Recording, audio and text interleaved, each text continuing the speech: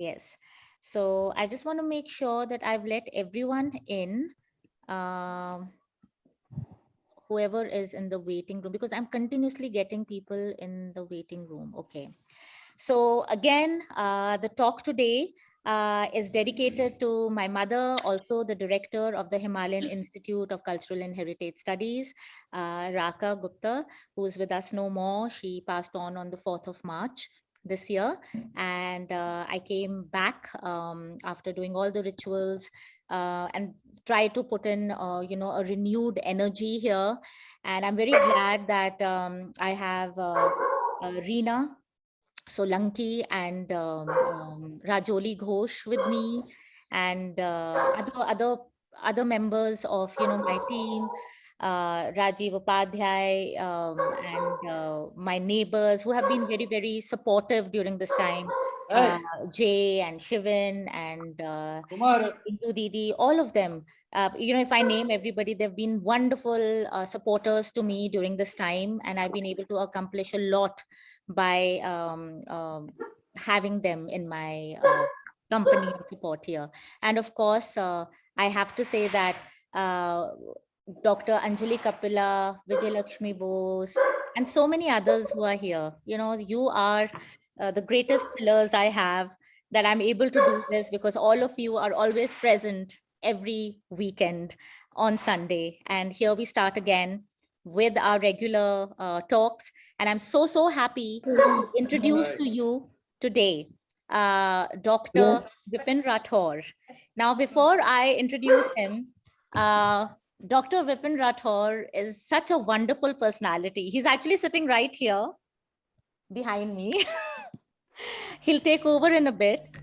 But I met him because I was invited for this lecture at JLN College, Haripur, not once, but 2-3 times. And it so happened I was able to come only, now, and when I was there, I was amazed at the hospitality and the kind of repository of knowledge that the professors there have. It's such a small college in the Kulu Valley, but I was just so impressed by the level of competence and the conference and everything there, and the love that they have for others. And that's where I met Dr. Rathore, who just retired as a principal of the college. And he is the first person to do a PhD on Himalayan brown bears and conservation. And not only that, his knowledge on the ecology of the Himalayas is unsurpassed. And just sitting with him and talking to him is a chance for you to kind of absorb knowledge. And I'm so happy that he has physically come here to do this talk. And it's the first talk of this, what do you call, spring summer collection, as we would call it. And over to Dr. Rathore now. I've made him wait a lot. And all of you who are here, thank you so much for your support and being here. And with this, we start our regular series.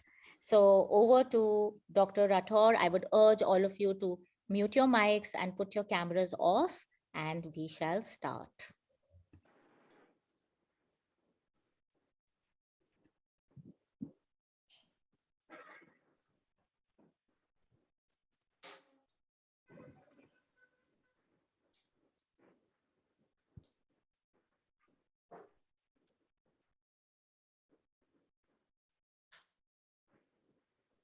Just a minute, and he'll be there.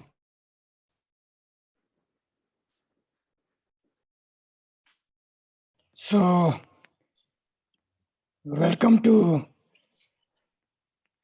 Himalayas. Good evening to all. I would like to acknowledge Dr. Sonali for sharing my research work with Galaxy of Intellectuals.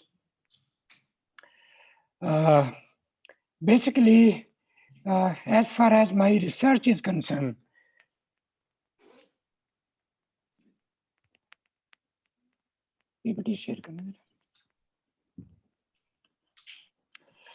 so Working in Himalayan region for the last 20 years, definitely this was an exciting and thrilling experience uh, to work on charismatic species that is Himalayan brown bear. Way back in 2000, when I was on trekking route to one of the remotest wildlife sanctuary of Himachal Pradesh in Chamba district, that is Kukti Wildlife Sanctuary, with my undergraduate students, I came across the interview of nomadic shepherds and asked about their well-being of the profession, uh, and they told me that they are not happy with the this profession because of the heavy loss by an wild animals. Then I asked which animals. Then they told me that there is a kind of bear which is a red bear. Locally, they called it as ghai or brabu. Then this triggered me the idea to resolve some conflict issues on this charismatic species. And as a zoologist, I was surprised to know that the Himalayan brown bear still exists in our own district and state. So, working on this charismatic species, definitely this gives me a wonderful opportunity uh, to explore the Himalayan regions for the last 20 years.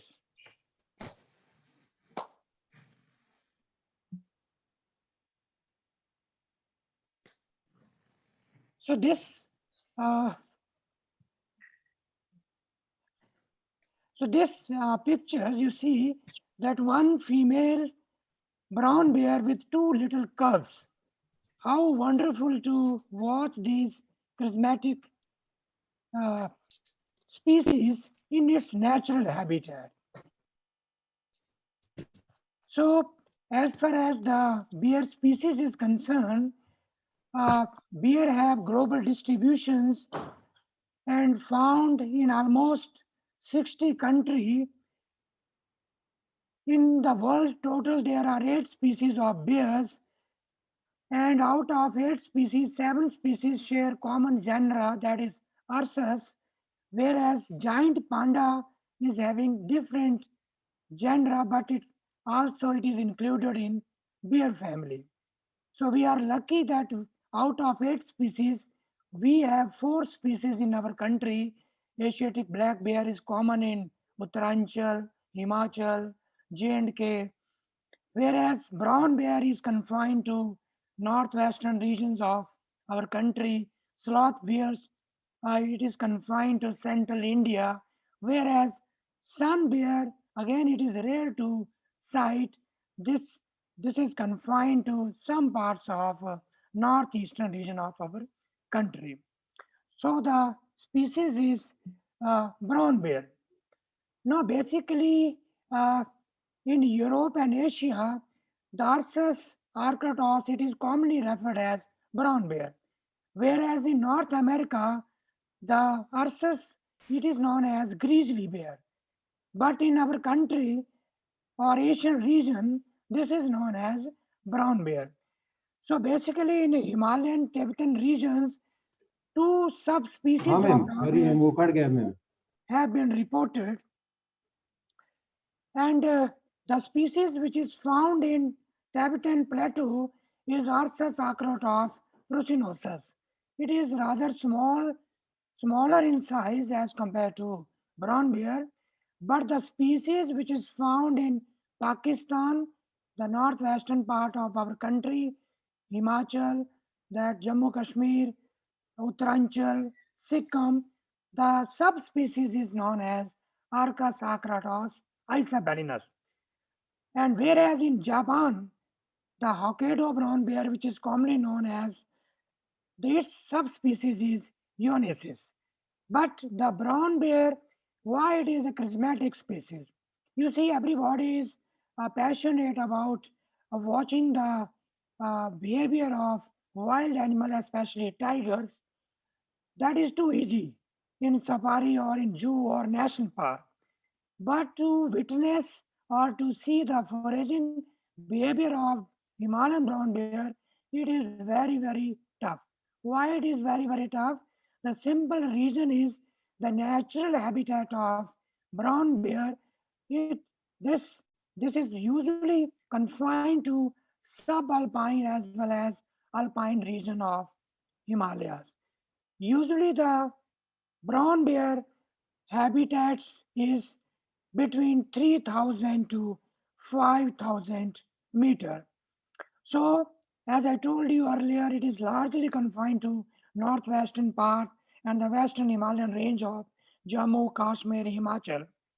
But in Himachal Pradesh, it is found in almost 25 protected areas, like majority of the wildlife sanctuary, including one national park that is a wonderful park in Kullu, that is Great Himalayan National Park. And Himalayan brown bear is also found in protected areas as documented by our team in Bara Bengal, Hamta Pass, Mayar Valley, Pattan Valley of Lahore, Lingti Valley, Kinnaur, Churap and Pangi Valley of Chamba district. In Uttarakhand, as well as in Sikkim, in Jammu Kashmir, this species is also documented by either in some of the wildlife sanctuary or national park, as well as some of the areas like Pansila, Son and Janskar Valley, as well as Dras region of Leh Ladakh. Now, what is the status of this bear species? Usually, the Himalayan brown bears they are listed under vulnerable, but Himalayan brown bears they are threatened and potentially facing precarious future because majority of the population of the Himalayan brown bear they are threatened by the poaching, especially by migratory graziers in retaliation of their livestock depredation. So that's why the conservation of this species is more important. Now, recent reports suggest that there is a lot of nuisance caused by this species in Dras and Kargil areas of Jammu Kashmir, as well as in my study area like Kukti Wildlife Sanctuary in Chamba district.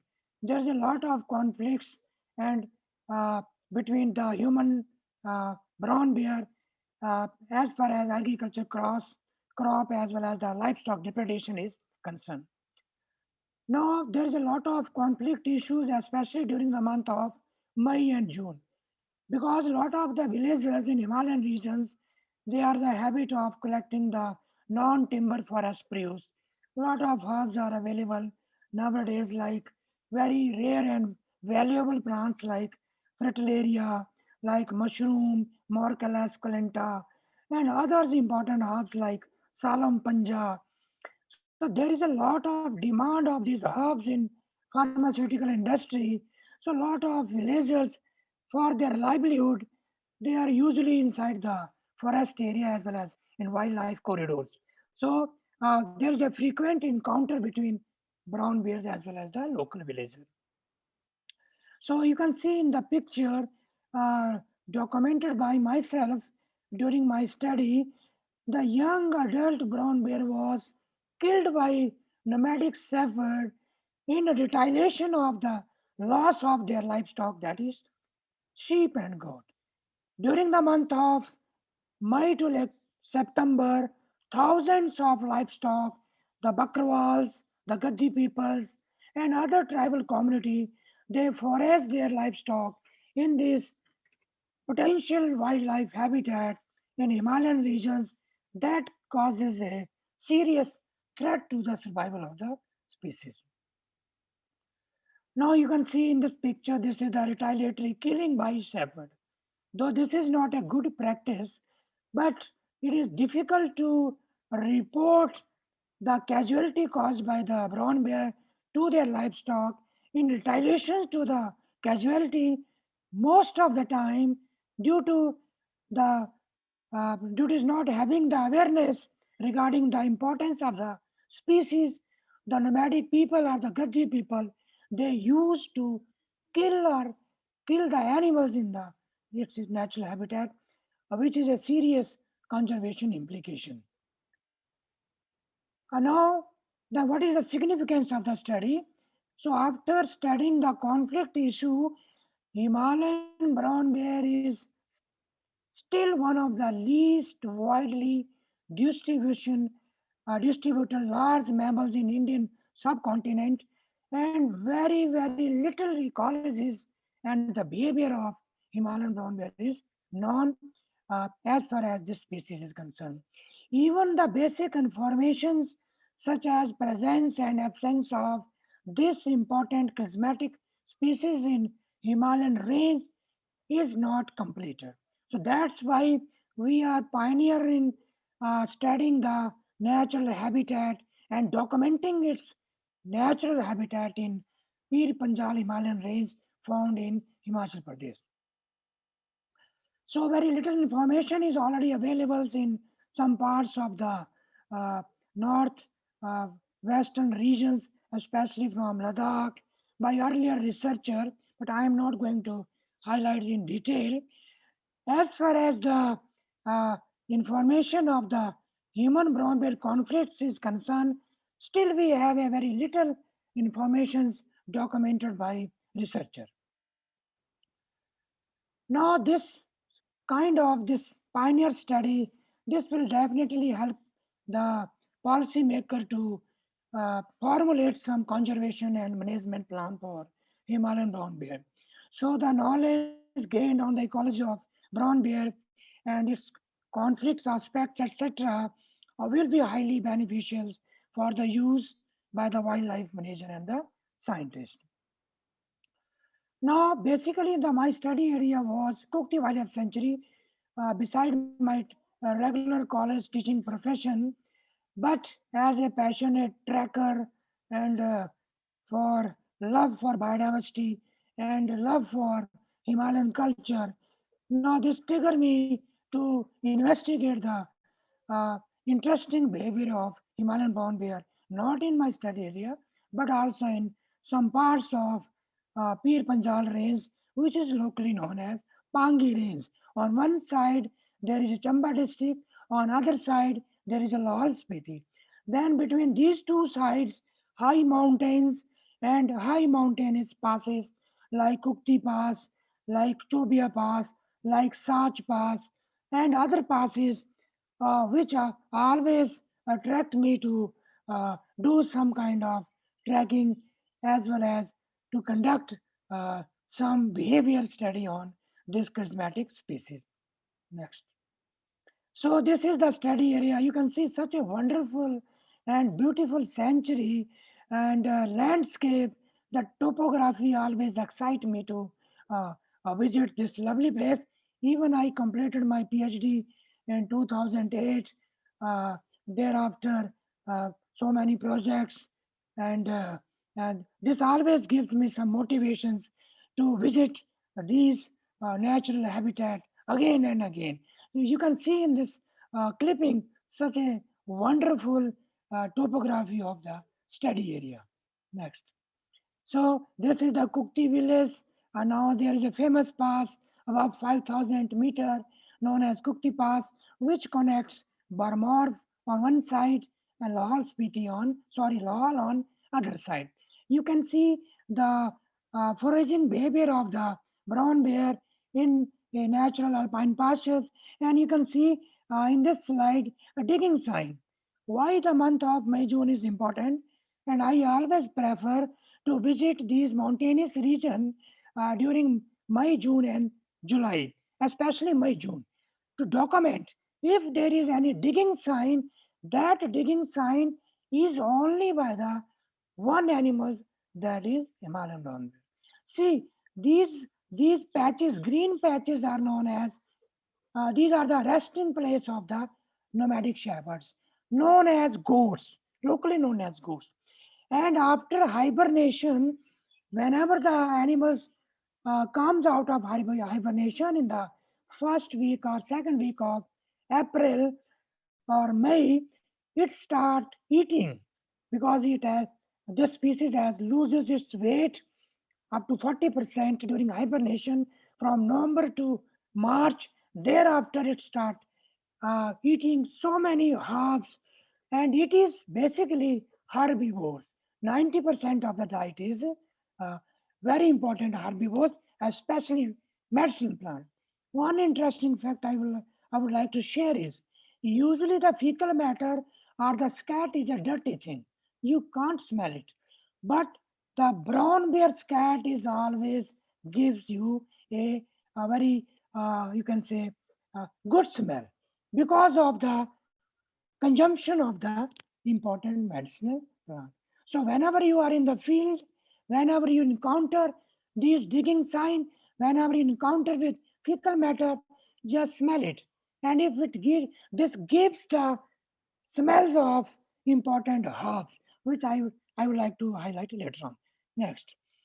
So this is the Google picture, not only the study area that was for my doctorate thesis, but now my passion is to explore more and more isolated and fragmented population across this Pir Panjal range on both sides. You know, Pir Panjal range is it is the major part of the Pir Panjal range. This is in Jammu Kashmir. But some part of the Pir Panjal range, this starts from Manali, Rohtang Pass up to Sach Pass, intersected by Chandrabhaga near Kishtwar. So our priority will be to document the fragmented and the isolated natural habitat of the species.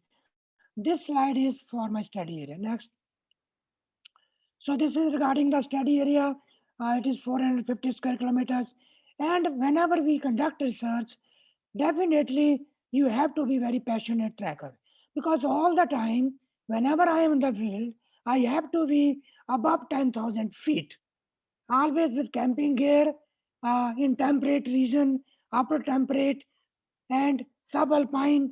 And most of the time, if you want to document or record the foraging behavior of the charismatic species of this bear species found in our country, you have to be in alpine area above 3,600 meter, maybe above 12,000 feet. So you can see such a wonderful topography of the area of my study area during winter season.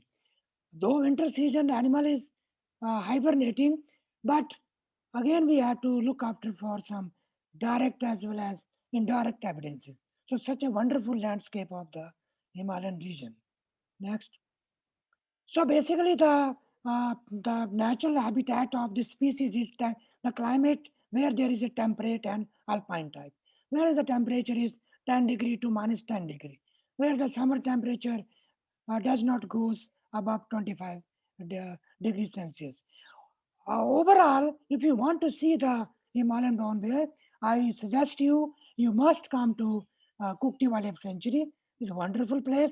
Now it is the right time to witness or to record, to cite the behavior of brown bear.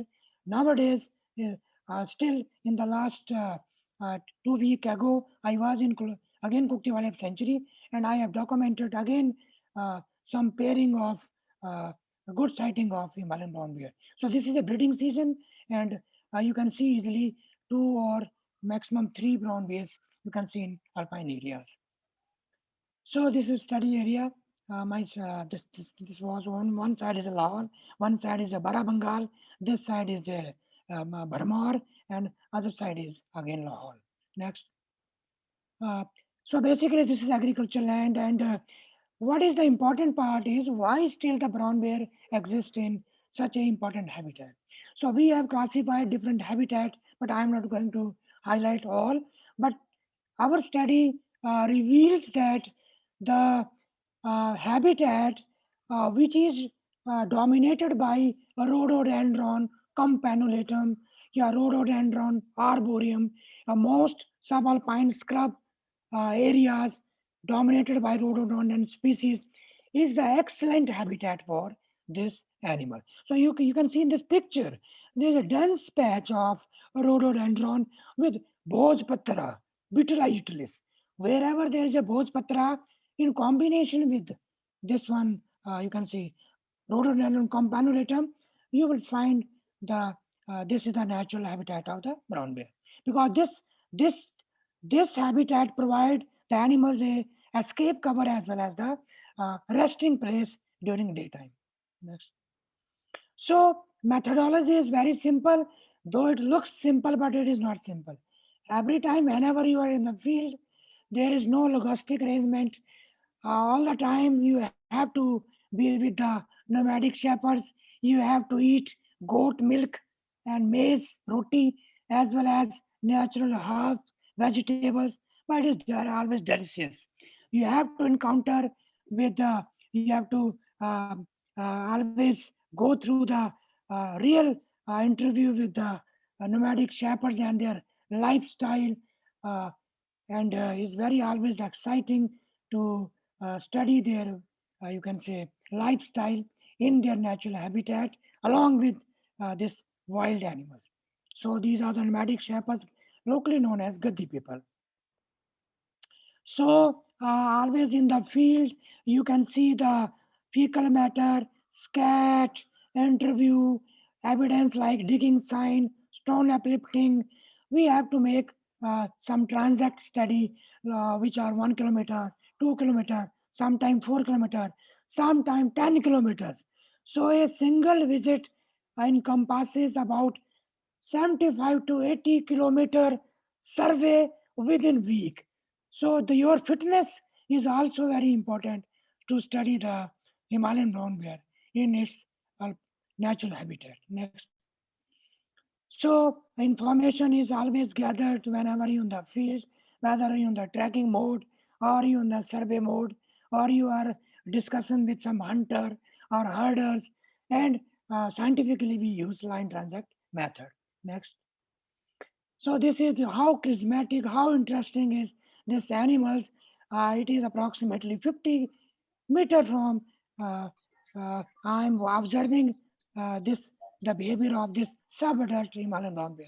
He is looking towards me, but I am not disturbing the animals, and I he has given me a very good, beautiful pose. And this herb is known as Rumex nepalensis, green in color. So this is the habitat classifications. Next. So this is a Kuktiwala sanctuary. There is one village, you can say typical Himalayan village. And the most important part is Himalayan regions.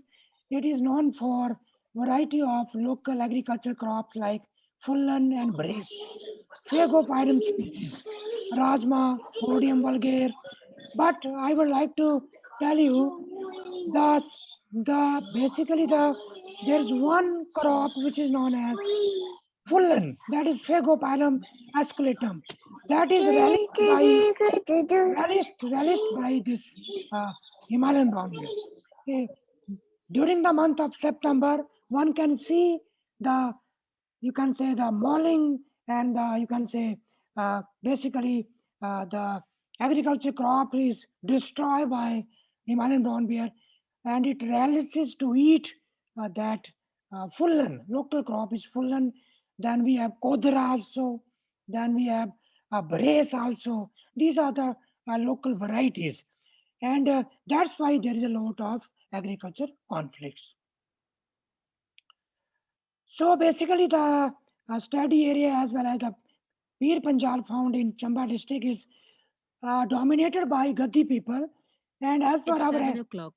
and yes, it as far as my uh, observation is concerned, more than 50 to 60,000 livestock uh, migrate from this side to Lahore and from Lahore to Chamba. Next.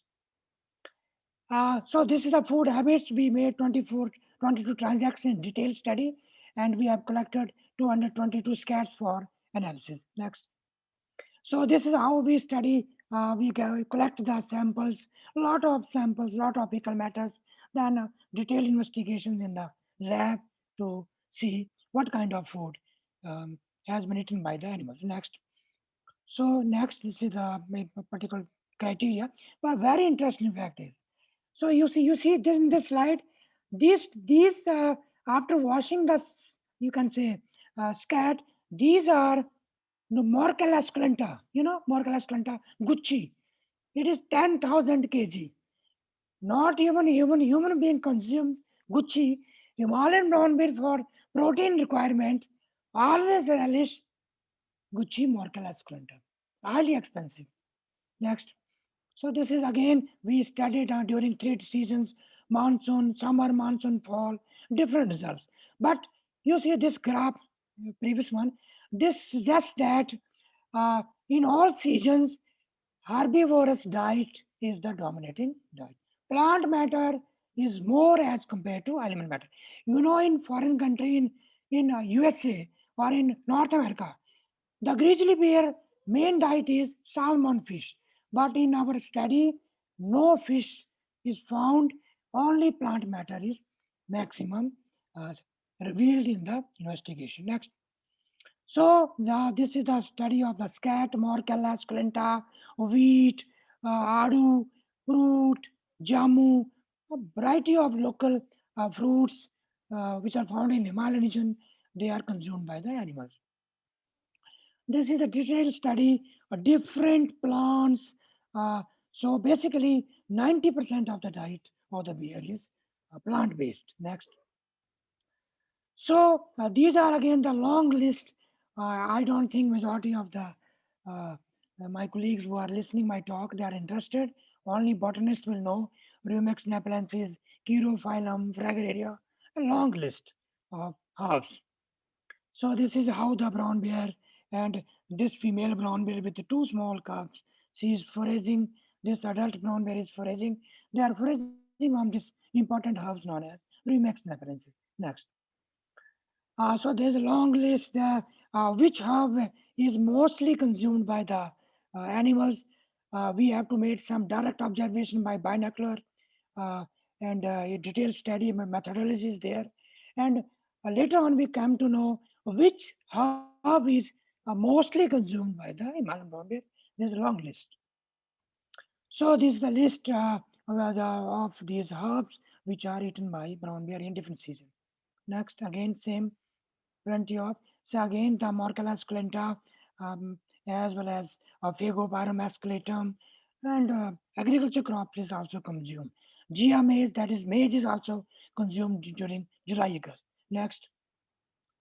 So again, this histogram shows plant matter is more, Morcella is there, Barbaris is there, Prunus persica is there, Hordeum vulgare seed is there, Triticum is there, Phagopyrum is there. Mostly it is a plant based. Next. So again, this is the long list of plants. Even ants and insects are consumed by the brown bear after the time of emergence because at that time the animals needs more proteins. Next. So this is the list of some of the plants that is Gigia. This one is this impatiens, geranium, Morcella sclentagucci, rumex, Chirophyllum, Fragaria, this terrascum. A lot of these plants matter is consumed by the animals. Next. So this is a long list to see in which season these plants are available. Next.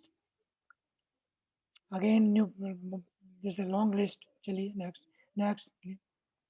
So now the interesting part is what kind of habitat is used by the brown bear. After our investigation, this shows next.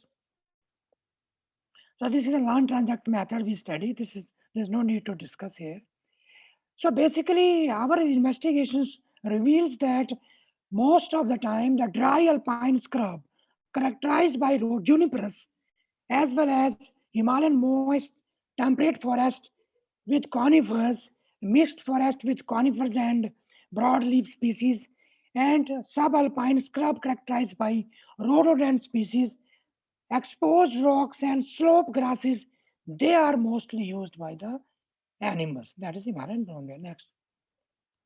So again, this is the classification which habitat is preferred by the animals. So this is the basically habitat. The slope should not be more than 60 degree. Uh, is a gentle slope. You can see maximum evidences has been documented and recorded during our investigation, that is confined to the slope, the Alpine Meadows, subalpine meadows, which is having less than 60-degree slope. This is the preference of the Himalayan brown bear. Next. So this is the exact habitat. This is the herding place, green patch. This brown bear is there, and this is the excellent habitat for Himalayan brown. The same habitat is also used by nomadic shepherd. So there is always conflict between animals and nomadic shepherd. Next, so flat terrain is also preferred. Next, next. So this is the interview. This is the, you see conflict is there. Most of the time, the animal drag the livestock during night time. Next slide. So these are the lot of clips that there is a lot of conflicts. किसने किस पर हमला किया. Uh, this is by black bear, but brown bear is a shy animals, solitary animals. In the last 20 years, we have never documented any direct attack by the bears on the nomadic shepherd. There is only one incident. So it is a shy animals. Most of the time, it escape. It usually avoid human interference. Next. So these are the Alpine Meadows, which is locally known as Dhar. So there's a 22 long Dhar, all investigated by our team. So these are the alpine areas which is known as Dhar. Technically, they're known as Dhar. So there is a conflict issue. Day by day, thousands of livestock is entering into the protected area in spite of the ban by the Supreme Court. But all laws they are not regulated because of some permit issues, because of not political willpower by the politicians, because of some obligations. That's why thousands of livestock they are entering into the uh, protected area, causing lot of nuisance to the animals. But still, the animals survive because of this good habitat, which needs to be conserved in future. Next. So these are the you can say different of the hearts where we have encounters these conflict issue during night time. Next, because of the paucity of the time, just I am covering. Next, next, these are the number of cases. See, a very interesting factor. In our study shows May in the month of May less depredation, June some higher, July, August, then decline October again hibernation. Why the attack is more in August?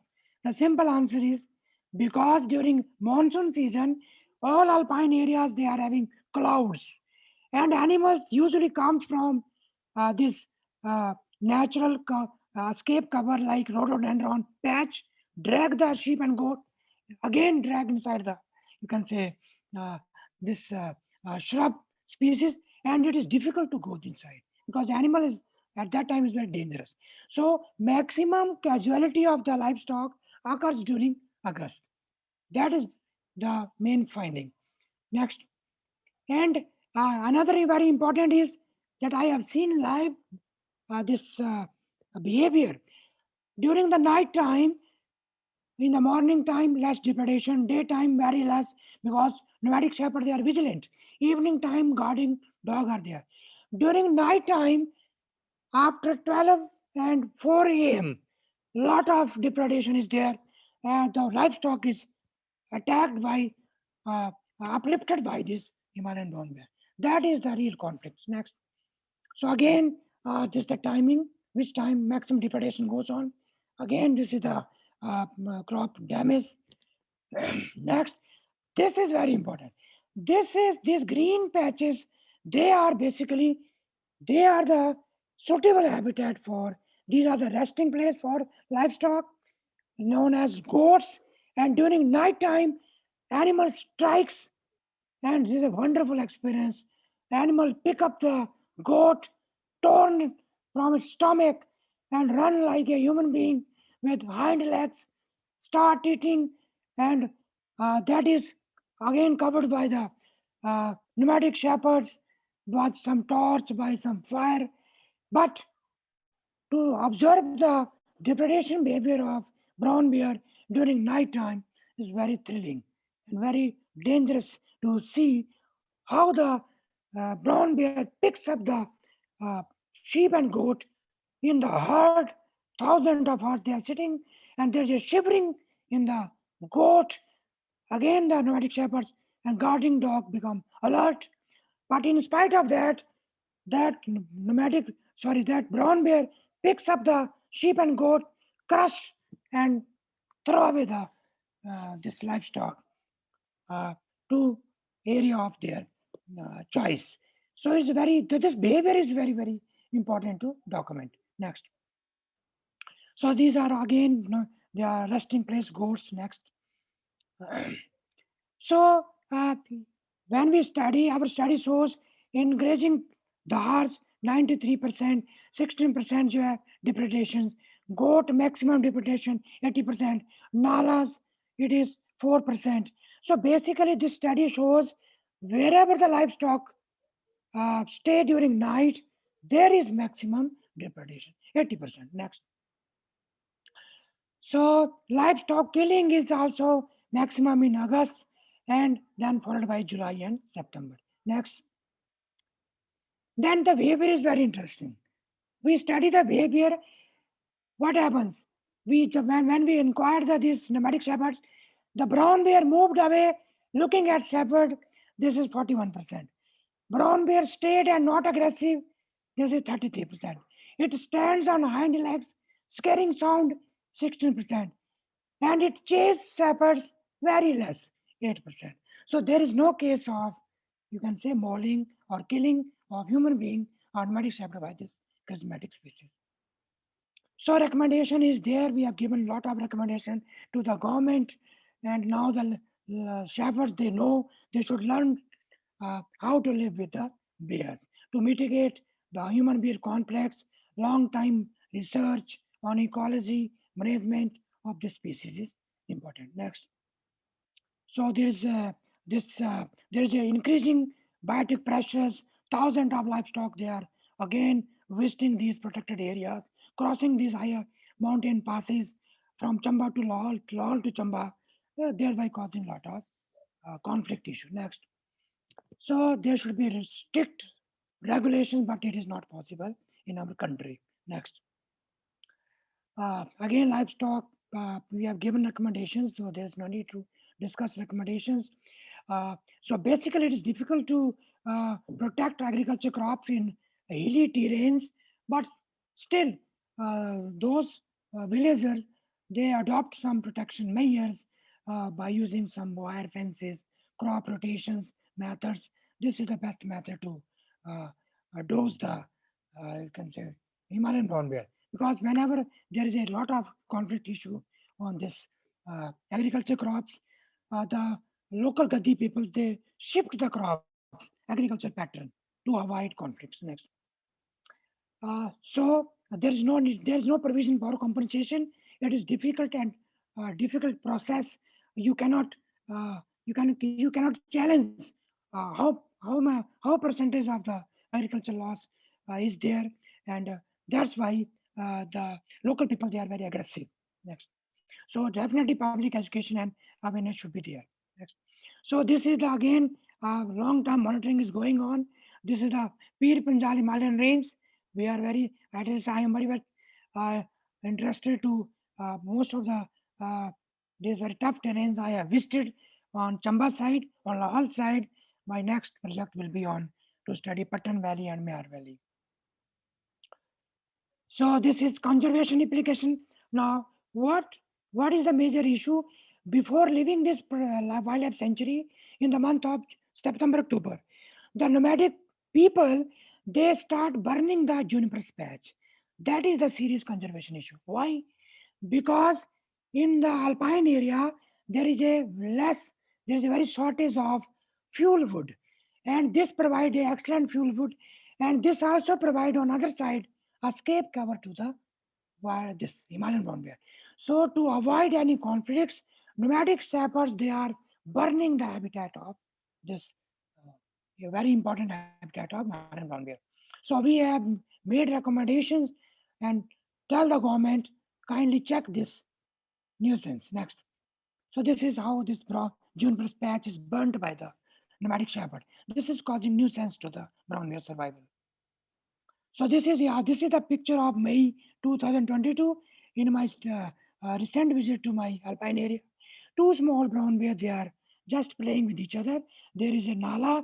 I'm on this side, and by using some high power, you can say zoom, this camera, you can see it's very exciting to see the animals' behaviors in the natural habitat.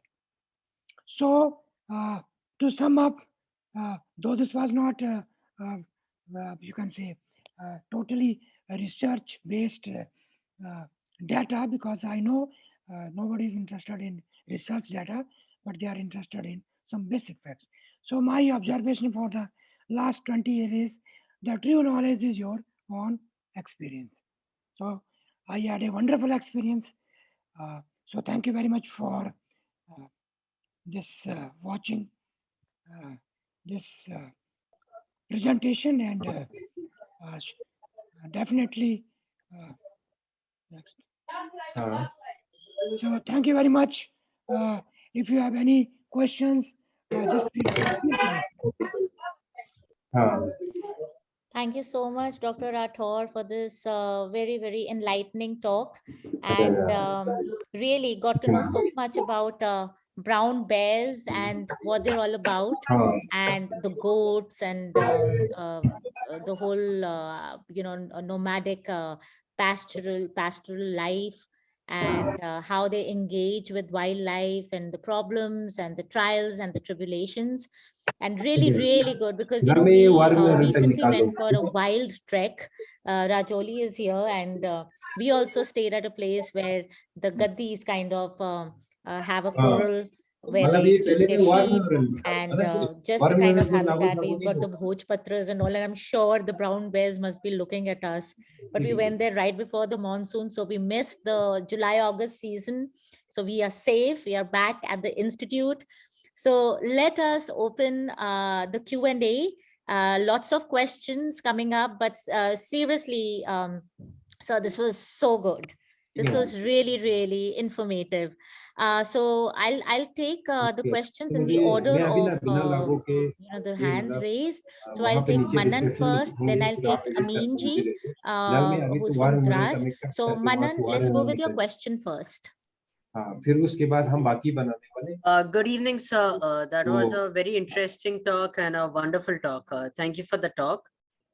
As a passionate trekker and someone who likes to explore the Himalayas, I would like to ask you one very fundamental question. What would be your suggestions or your inputs on what precautions to be taken if one encounters a bear during a trek or during exploration, or what precautions one should take if we come across a wild animal like this while exploring or trekking? See, as far as black bear is concerned, is very dangerous. But brown bear, whenever you encounter brown bear, um, if there is female with small cubs, then she is in attacking mode. Otherwise, Himalayan brown bear, they are very shy in nature.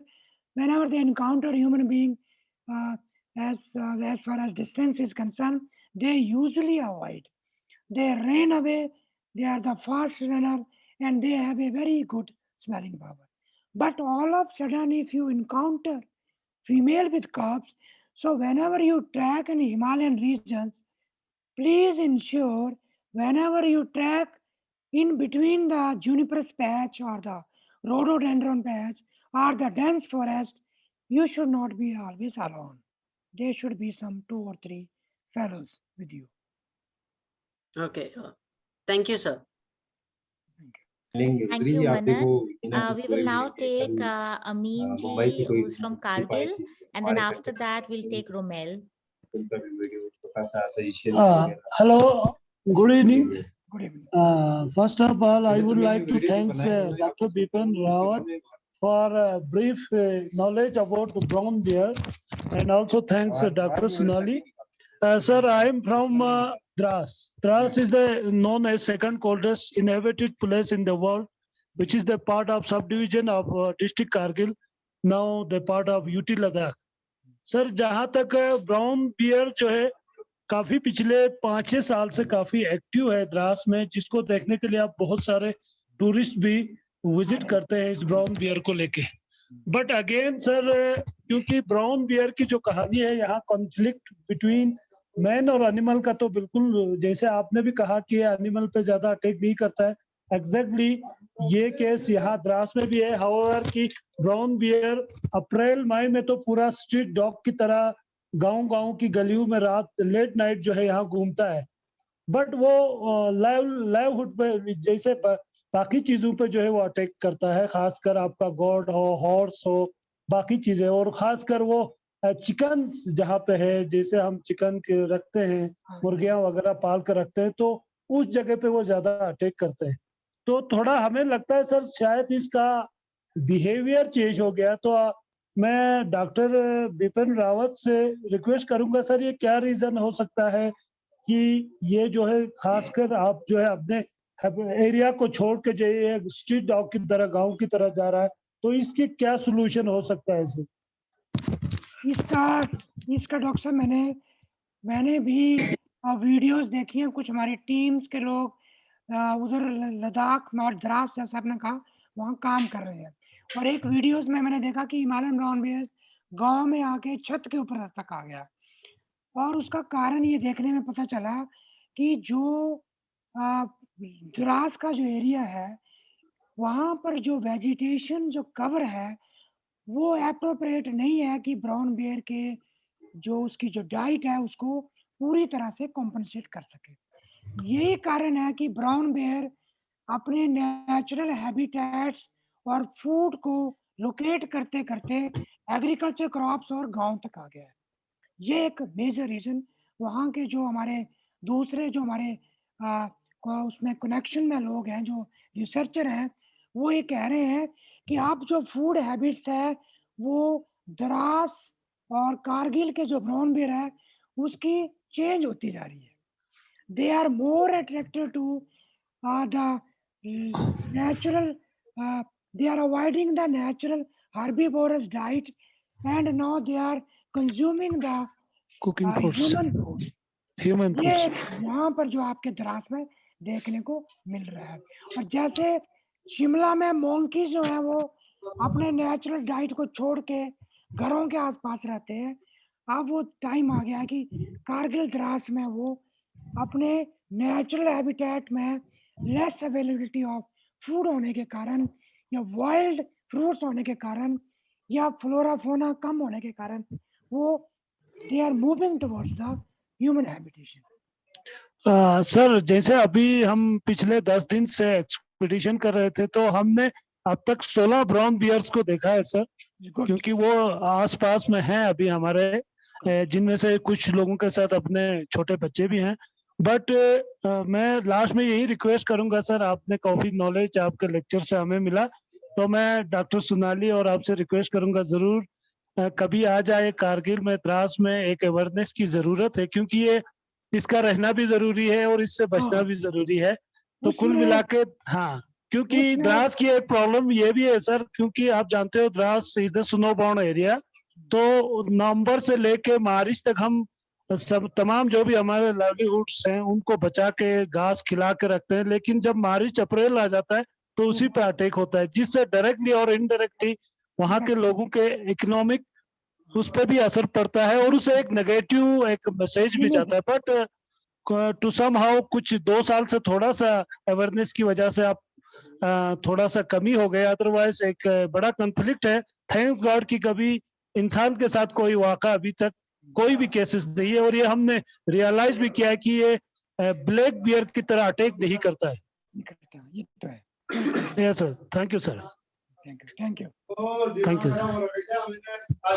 so much, Amin ji, for your question. And I was talking to Dr. Rathore yesterday कि हम जाएंगे Dras and ये conservation का इतना serious issue है आपकी जगह पर कि एंड जैसे कि डॉक्टर राठौर ने आपको बताया कि ब्राउन बेयर का वहाँ डाइट ही चेंज हो रहा है, which is very very concerning. So it's very important to make sure that people are made aware of this problem, because we all have to live in this balanced kind of lifestyle. Urban जो हमारी वो है यहाँ तक आ गई है, roads बन गई हैं, कहाँ बन गई हैं, and we have to take steps towards conservation. So doctor thank you for Sonali that, last में sir. मैम, And आप कुछ डॉक्टर कहना चाहते हैं सोनाली, अमित जी? जी जी जी मैम। और सेकंडली हमारा ये भी सोचना है मैम, क्योंकि बिफोर 99 वॉर ये एरिया बिल्कुल जो ब्राउन बियर का एरिया था वहाँ कोई डिप्लॉयमेंट नहीं था, but after Kargil war 99 war there is lot of military deployment, specially that area. I think वो भी एक रीजन हो सकता है कि उसका मेन एरिया डिस्टर्ब हो गया, ये भी एक रीजन हमें लगता है। और हमने अपनी जगह ये भी देखा है मैम, क्योंकि आप उस एरिया में काफी मिलिट्री ये है, तो वहां पे वो बचा हुआ खाना भी खिलाते हैं। एक तो उनका एरिया डिस्टर्ब हो गया, दूसरा उससे थोड़ा लगता है कि वो भी एक रीजन हम मानते हैं। जी जी जी सर, तो आप जरूर आइए सर, आप और मैडम को वेलकम है क्लास के लिए, जब भी मौका मिले आप जरूर आइए। Thank you for nice lecture. Thank you. Thank you. We'll go for the next question. We have Rumail.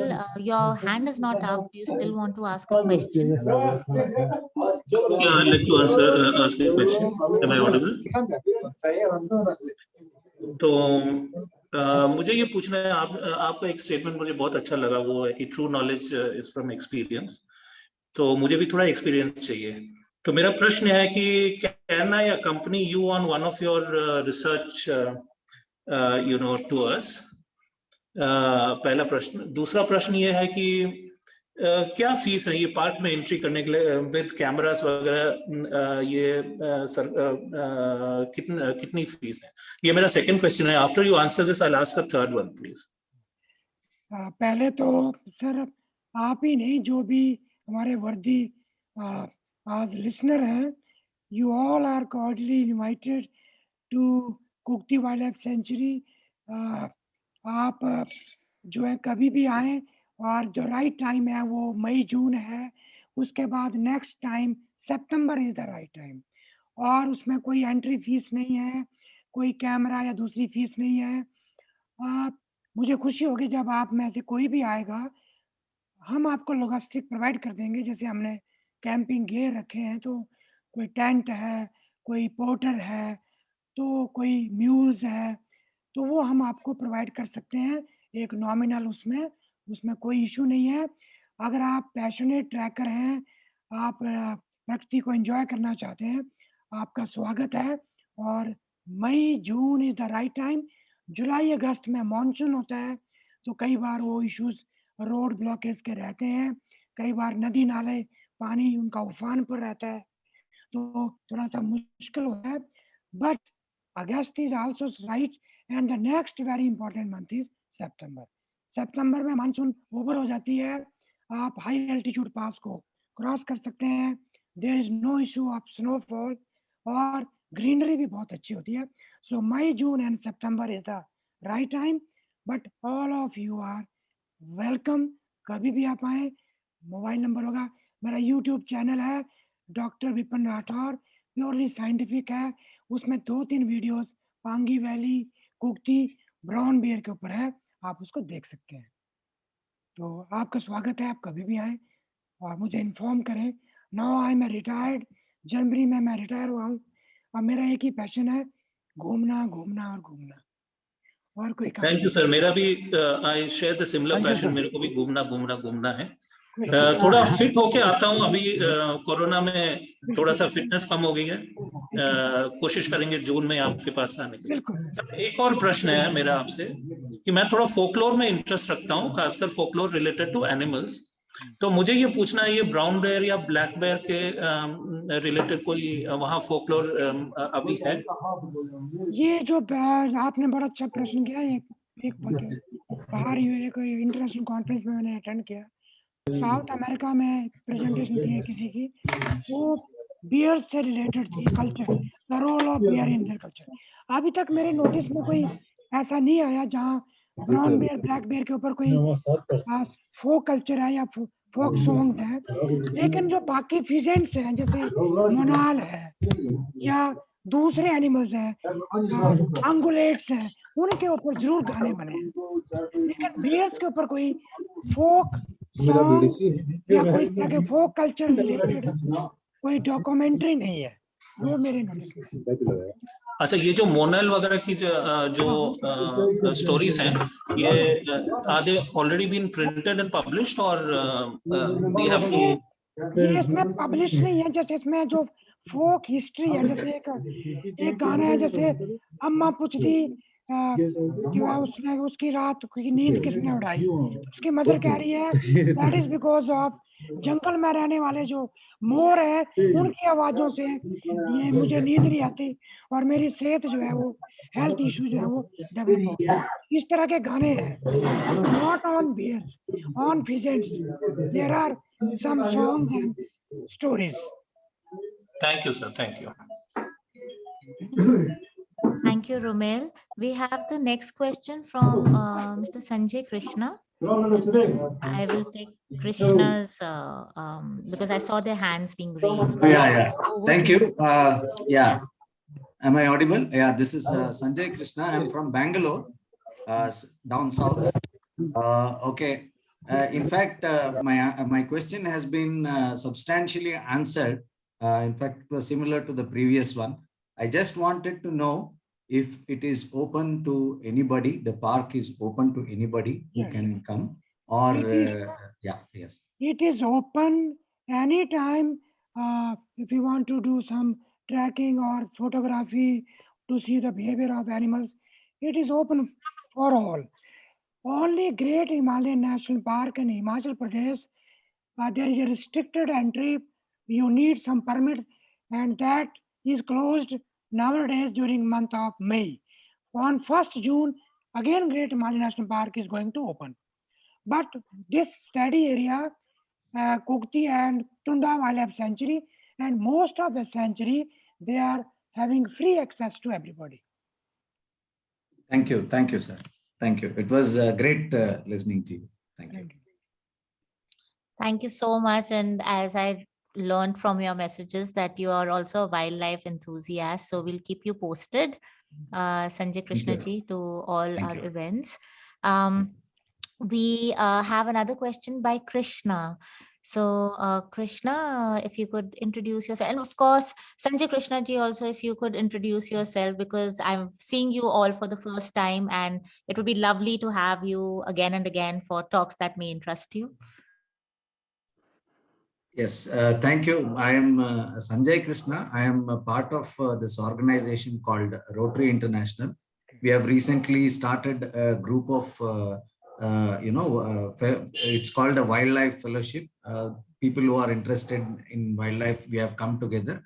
Rotary is an organization which is present across the globe. Of course, we all come from different occasions. I'm a lawyer by profession, practicing in Bangalore, but of course, an avid wildlife enthusiast. I would love to travel across all the places. I would definitely visit Himachal Pradesh to see the brown bears especially. Thank you. You are welcome. Thank you. Over to Krishna and then Dave. Your questions, please. Hello. I'm Krishna. I'm logging in from Coimbatore, Tamil Nadu. To Mr. Rathore, see, maybe I'm too ignorant, but then, bears, like you said, and you also spoke considerably about it, their diet is basically, it's an herbivore. Yeah. But then it's repeatedly attacking livestock. Now, why does that happen? Is it because of the instinct of the bears, or how exactly does one explain that? Why exactly are these bears attacking livestock in such intensity, so much so that they are in turn being killed by the herders. So that's one. It's a very interesting question, sir. In our study, it was found that not all the brown bears, they are, you can say, attacking mode. When we study in detail, it was found that female browns with little cubs, they are always in attacking mode to fulfill their protein requirement. After the delivery of the small cubs, they need protein. And once the female brown bear attacks some sheep and goat, thereafter she develops a habit of sucking the blood and eating the flesh of that sheep.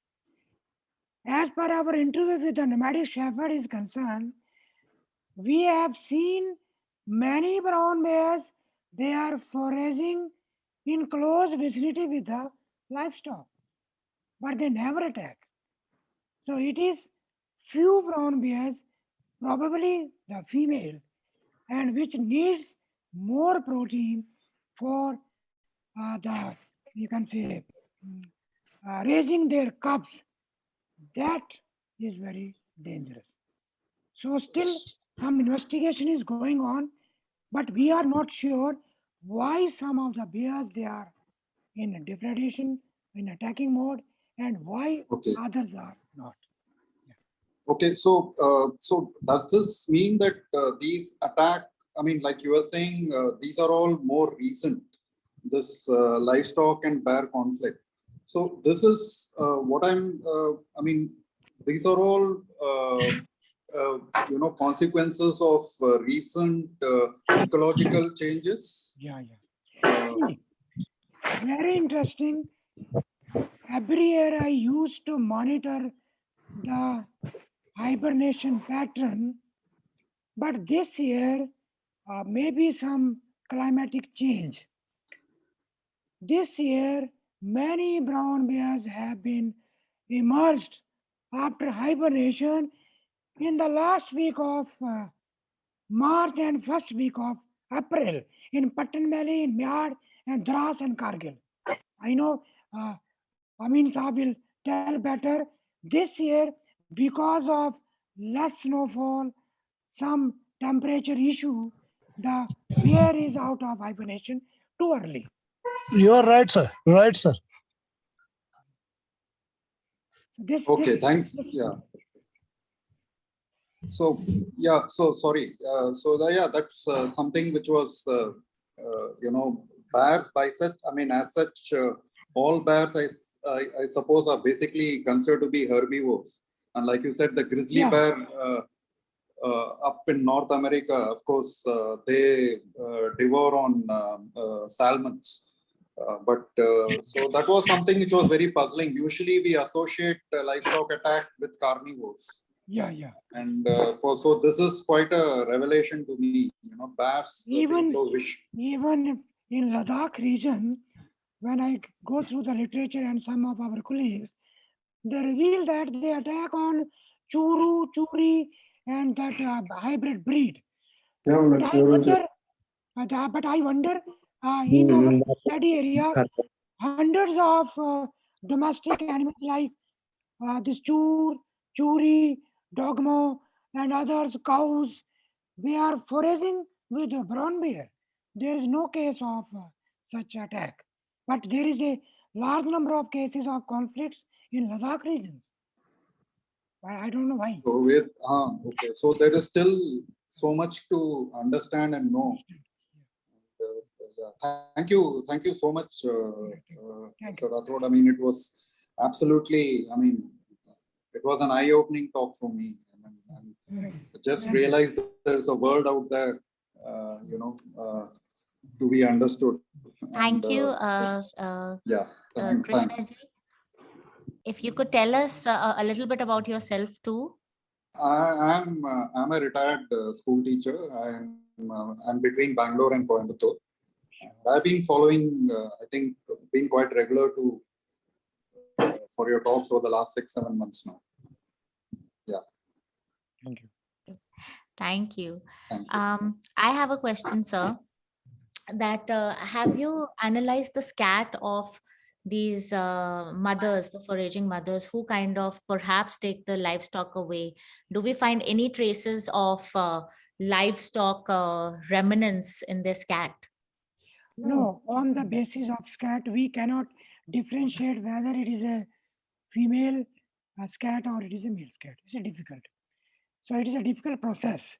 But we are now conducting research on the population estimation based upon scat analysis. But that is too expensive.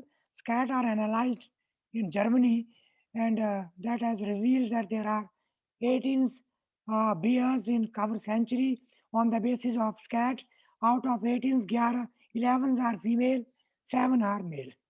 But on the basis of a scat in the field, we cannot sure that it is a female scat or it is a male scat.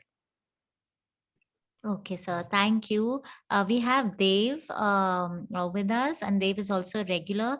He's currently in Shangar side, Senj. So, Dave, over to you. So my question is, like, since the beginning of the study, has there been how is the population, like, since the beginning of your study with these bears? Has it been an increase? Has it been a decrease? Are there more cubs being born? Are there less? Like, what's the trend of the population of brown bears in the Himalayan region? As far as our estimate is concerned, the population is not more than 30 in Kukti. But the very interesting behavior is, I have collected the scat while going to Kukti Pass at the elevation of 4,500 meters. So this clearly indicates the bear might cross the high altitude pass from Kukti to Lahore and Lahore to Kukti, Kukti to Bara Bengal and Bara Bengal to Kukti.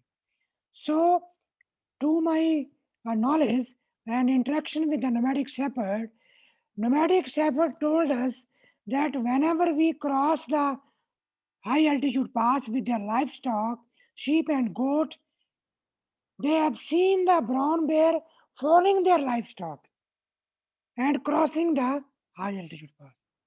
So for brown bear, it is not difficult. We cannot define this boundary of the territory of the brown bear because that needs a radio collaring study. That needs government permission. That is very expensive. And it is easy to radio collar tiger, but it is difficult to radio collar brown bear because brown bear is a fast runner. Whenever he encounter human beings, he ran away. So difficult to capture. And also the terrain where they live is really difficult to chase after them compared to like. It's very difficult. Mhm. Very difficult. Thank you so much. I really appreciate your efforts in Thank you. sustaining and helping out the nature in this area. Thank you. Thank you, Dave. Nice to see you back. And we have Pavan, who's also right here. Pavan, it's you, right? Yeah, Pavan is right, sitting across. He has a question. He's also, interested in all these things. I'm so happy he's in our midst today. So over to you, Pavan. मेरा सवाल ये है कि जिस sir ने कहा कि it's very difficult to meet the brown bear. As he's a passionate researcher and a tracker, I want to know that कि क्या कभी आपको फिर सपने में एक तरह से मुलाकात हुई है brown bear से, that you are playing with the brown bear? नहीं, सपने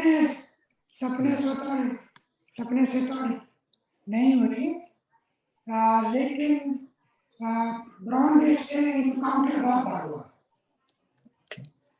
Close, approximately 50-meter distance पर भी encounter हुआ और कभी भी ऐसा नहीं हुआ कि God grace उसने मेरे को chase किया. So it is very interesting to see the behavior of brown bear in its natural character. Okay, thank you. इतना इतना मैं जरूर कहूंगा कि ब्राउन बियर ने पिछले 20 सालों में मेरा जो एक ट्रैकिंग का जो पैशन था और wild life, biodiversity, nature watching, उसमें मैंने उसको फुली एंजॉय किया. I enjoyed every present moment of the animal behavior in the field. It's a wonderful journey. Just a little question, sir, again, that as you know, it is sad that, you know, to knowing about the others, and in your case of, you know, to knowing about the brown bear, it also, you know, you also know a lot about yourself. So could you share some light on that? नहीं, मैं तो ये कहूँगा कि जब भी मैं field में होता हूँ, ये जरूरी नहीं है कि आपको ब्राउन बेयर मिले, लेकिन हर बार मैं एक नए एक्सपीरियंस के साथ आता हूँ. ब्राउन बेयर को देखने के लिए या फ्रोजिंग स्टडी के लिए, बिहेवियर पैटर्न के लिए, जब भी मैं कैंपिंग करता हूँ, तो मैं छोटी छोटी बातों में अवेयर रहता हूँ. हाउ वाटर इज फ्लोइंग, कई बार all of sudden alpine areas में पानी निकलता है. हाउ नोमैडिक शेपर्ड्स, उनका लाइफस्टाइल क्या है, वो लोग किस तरह का फूड प्रेफरेंस करते हैं, उनका एक इथिनोबॉटनिकल नॉलेज क्या है.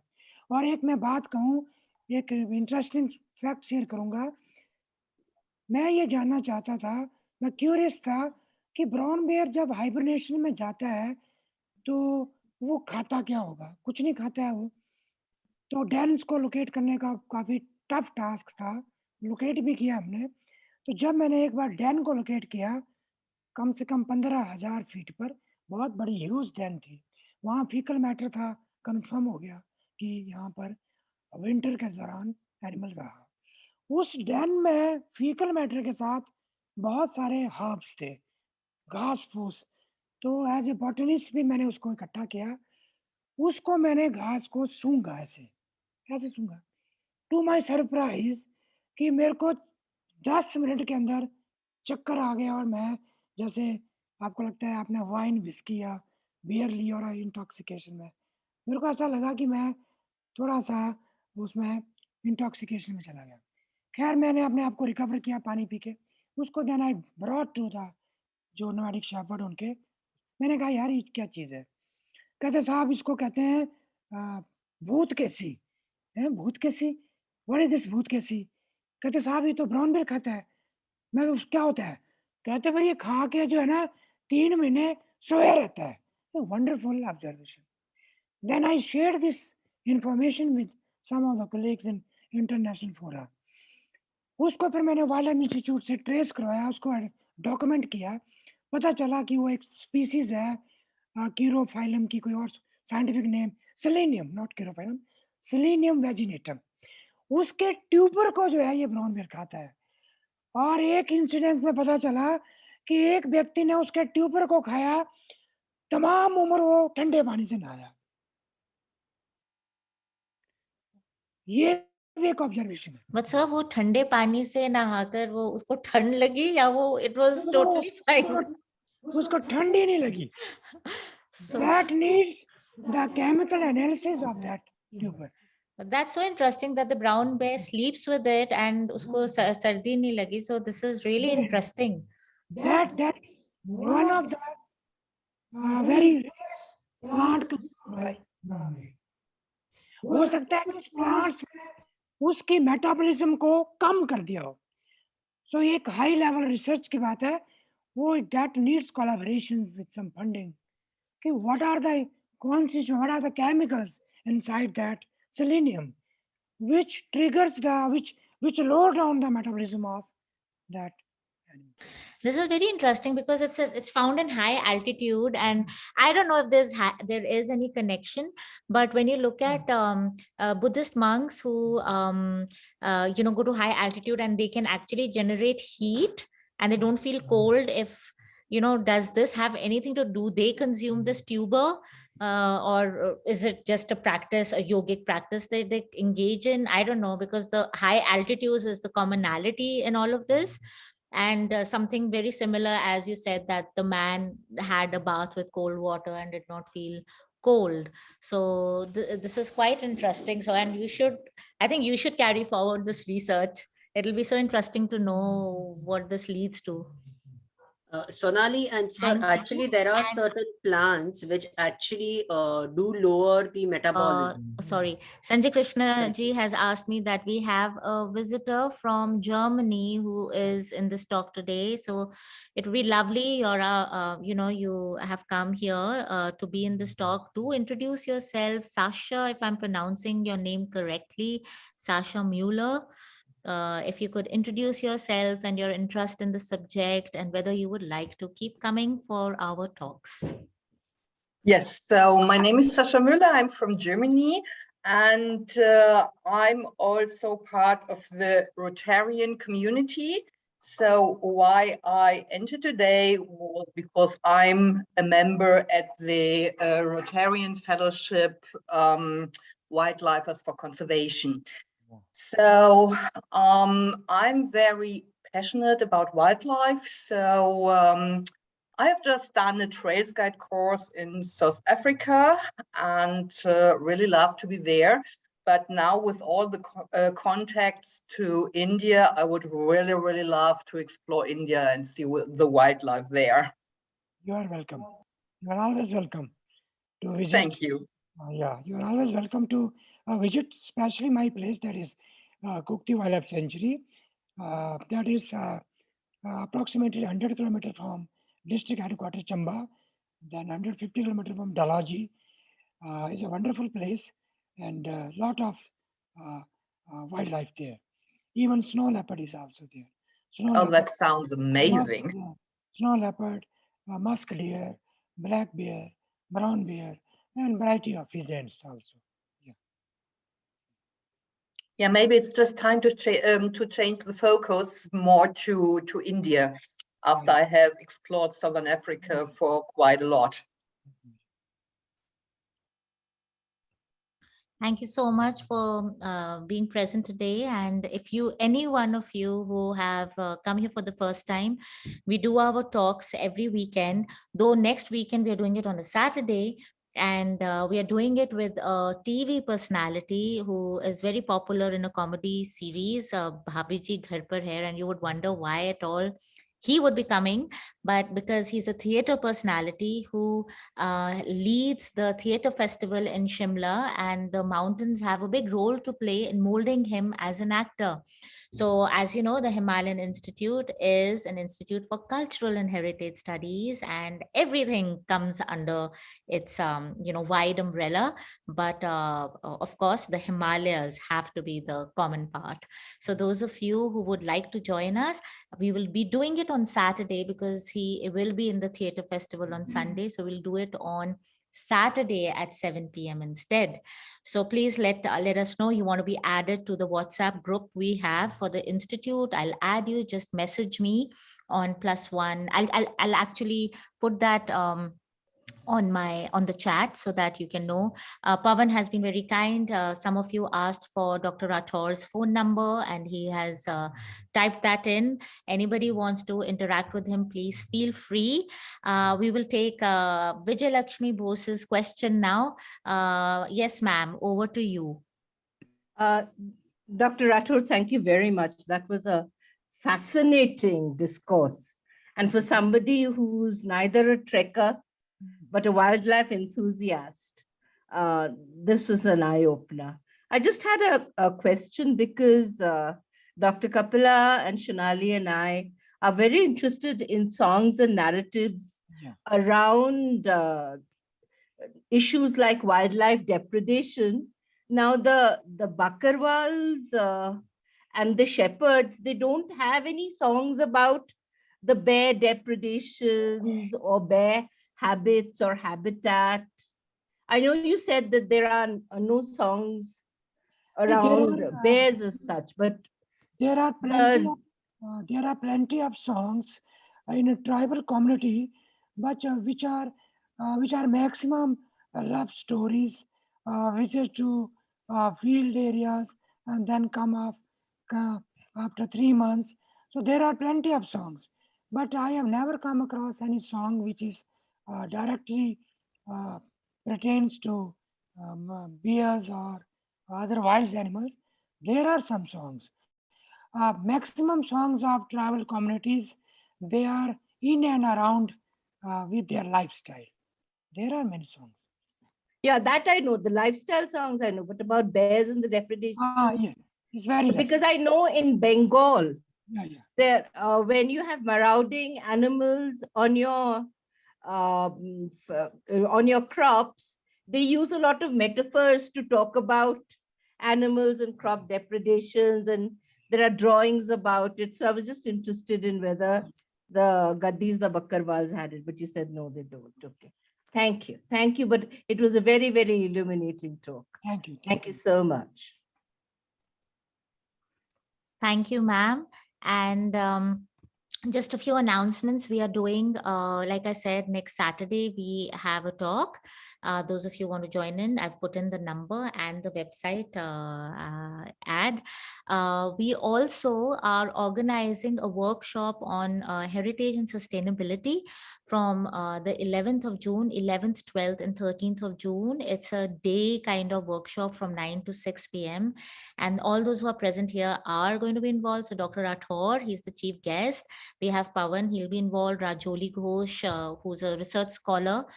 She will be here as well. And of course, Reena. We are basically wanting, it's called the Dharohar Gram project, where we are trying to convert the village where the institute is into a heritage village. And not only clean up the village, but actually associate the cleanup and trash from an anthropological and archaeological point of view and approach. So just not picking up things and putting them in the trash, but actually understanding what this trash is all about. Just like Dr. Rathore has been looking at SCAT and doing the samplings, we will be doing something similar. So if you wish to be, if you are here in the area, if you want to be here in the area, it's a very, it'll be a very engaging workshop. It's just rupees 1,500, 1,500 for 3 days. It includes lunch, materials, talks, and a lot of engagement. It's for the locals, and I would really encourage those of you who are in this region, if you can take 3 days off, please come here and do this.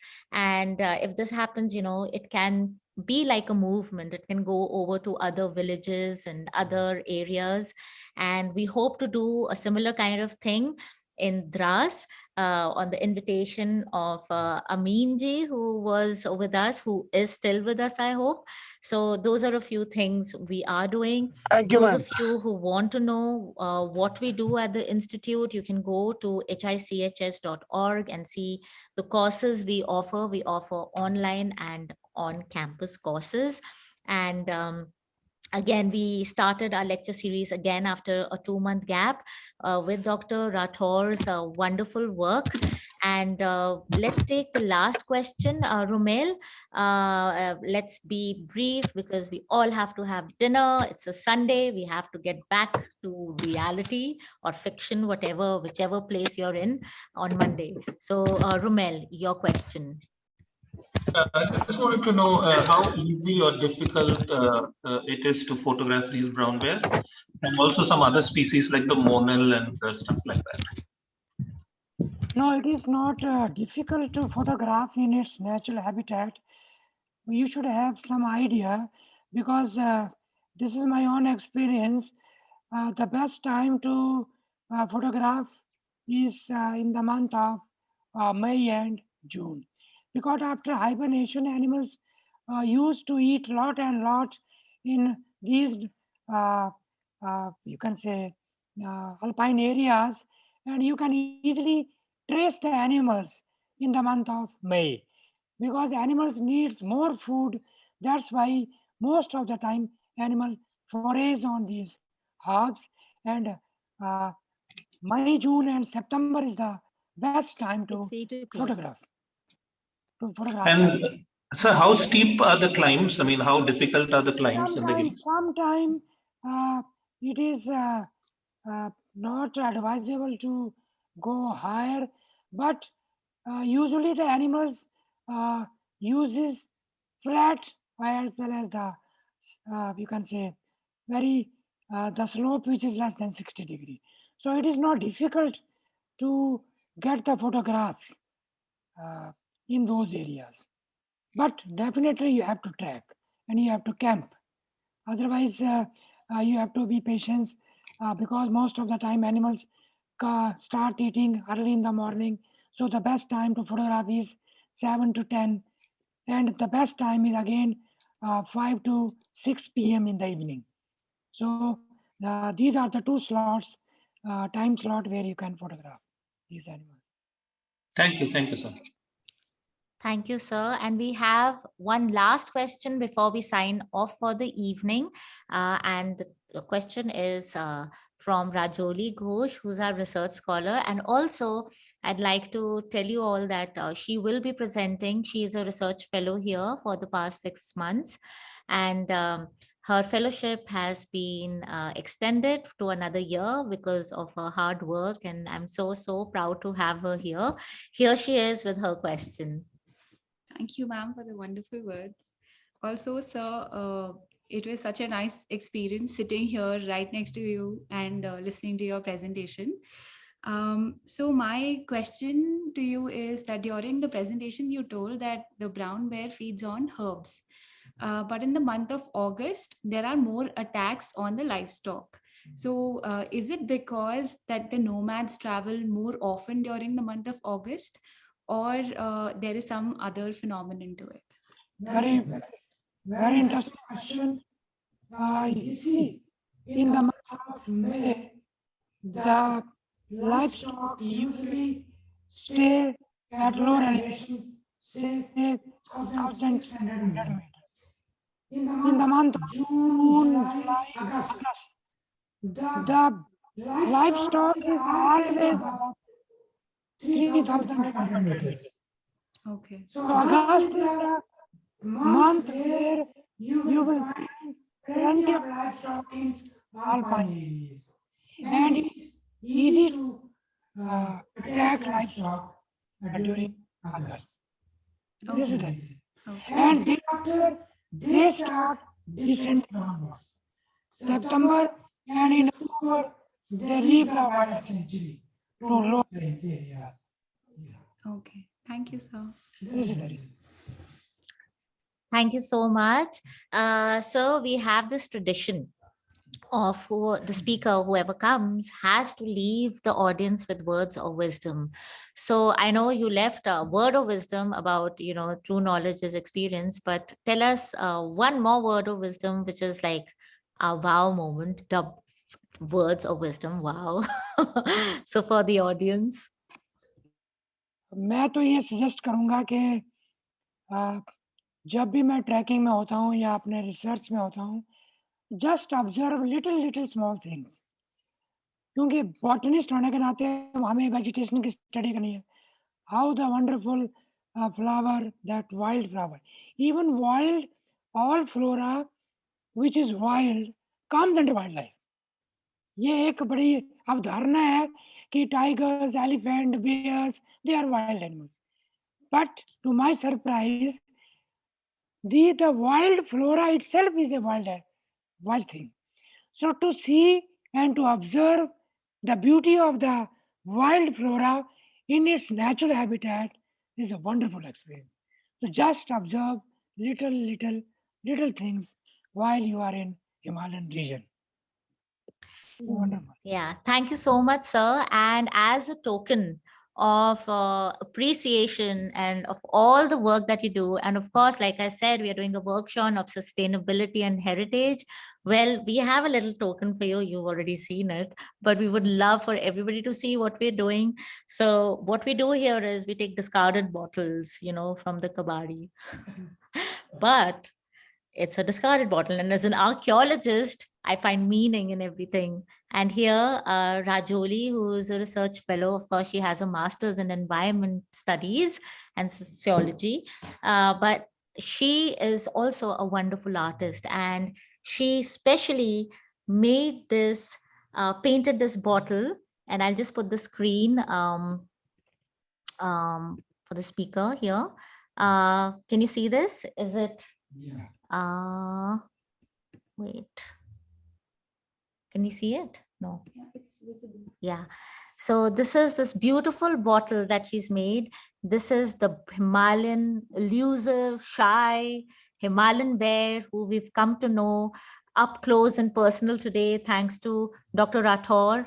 And standing there so regally and cuddly as well, beloved of all kids. And here is our logo, HICHS. And this is the Himalayan brown bear as painted by Rajoli. And I would ask Rajoli to give this personally to Dr. Rathore. And this is our token with love for what he is doing for the conservation of Himalayan brown bears. Yeah.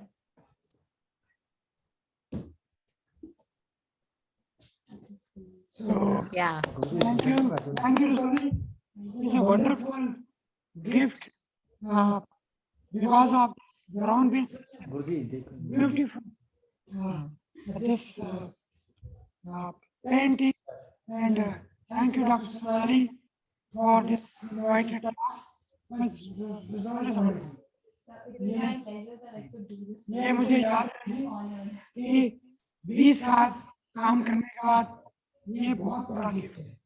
Wonderful. Thank you very much. Honored. This will be always close to my heart. That he gave me this opportunity. God bless you. Wonderful. So let's applaud Dr. Rathore for his amazing work on the conservation of Himalayan brown bear. And I'm so blessed. We are so blessed to have him here. Thank you. So all of you, thank you so much for being here, for listening to the talk, for our Q&A. And we will meet next Saturday at 7 p.m. with Rohit Ashwa Gaur, who is the famous Tiwari ji of Bhabhi Ji Ghar Par Hai, with his theatre festival of Shimla, and how he turned into an actor thanks to his upbringing in the Himalayas. So see you next week, and hope you all have a wonderful week ahead. Take care. Bye.